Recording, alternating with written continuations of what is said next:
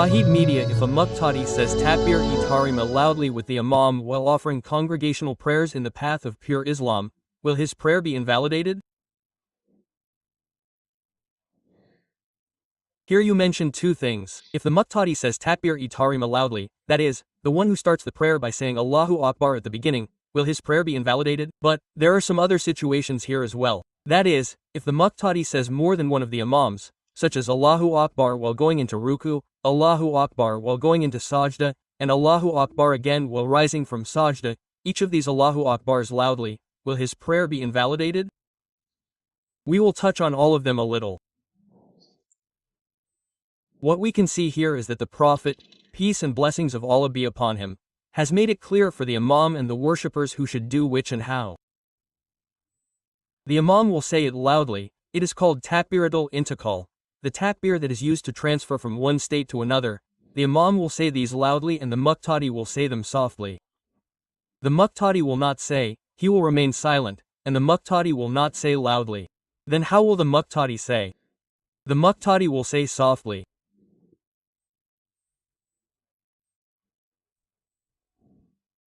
Here we see that what I have said is supported by hadith. There is consensus on it, the consensus of the scholars and the practice of the mosques of Muslims in different countries and towns in different eras has been carried out in this way.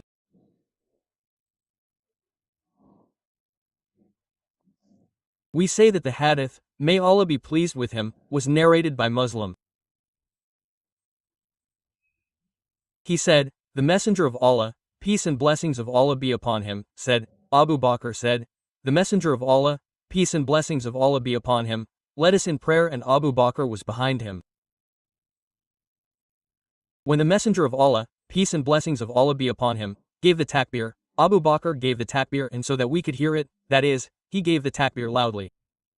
The Messenger of Allah, peace and blessings of Allah be upon him, had become very weak before his death. He may have said Allahu Akbar like this. Abu Bakr heard it well. Abu Bakr said it very loudly so that the Muqtadi could hear it. This is the origin of the Muqtadi. Abu Bakr took the role of Mukabar here. He actually did not say it loudly as a Muqaddasa. Rather, he said this takbir so that the other Muqaddasa could hear the Imam's takbir, as can be understood from the hadith. Not so that they could hear us. Now, if at the beginning there was a rule in Islam that everyone should say Takbir-e-Tahrima loudly, then everyone would say it loudly. Here, Abu Bakr, may Allah be pleased with him, did not make others hear it. This means that the takbir that the Imam would say loudly would be said softly by others. And if it is believed that when the Imam says Takbir-e-Tahrima, the others still stand silently, not understanding because the sound did not reach them, then one or more people from among the worshippers can act as Mukabar and that is proven by this hadith. And what is proven by this hadith implicitly means that everyone will not say it loudly, because if everyone said it loudly, then Abu Bakr would not say it loudly separately. This is a proof that our scholars have mentioned. Well, also if everyone keeps saying Allahu Akbar loudly, then it creates a tasbih among the worshippers and it can also disrupt the prayer of some Muqtadis.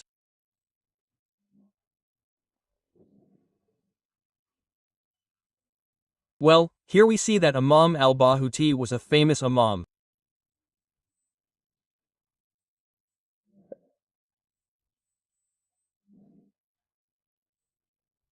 He said, Ikrajmin fi Salatna says that it is makruh for a Muqtadi to say something loudly during the prayer, which we usually recite during the prayer.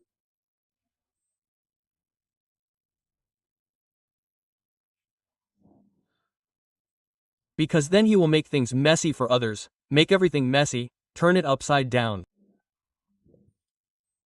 Here the Imam will say it loudly, and the others will say the takbirs quietly, Allahu Akbar, Sami Allahu liman hamida, Rabbana walakal hamd.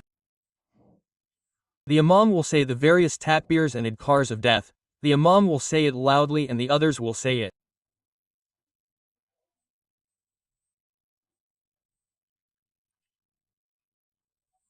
In this regard, Shaykhul Islam, may Allah have mercy on him, said that the scholars have agreed that it is not permissible for a muqtadi to say the takbir loudly.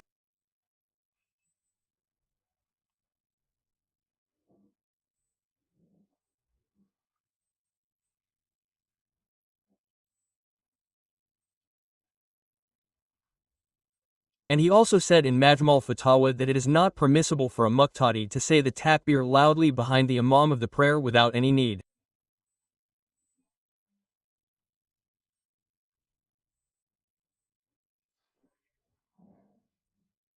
Here, the scholars of the Maliki school of thought have a slightly different opinion. They said that neither the imam can say it loudly, nor can the muqtadi say it loudly.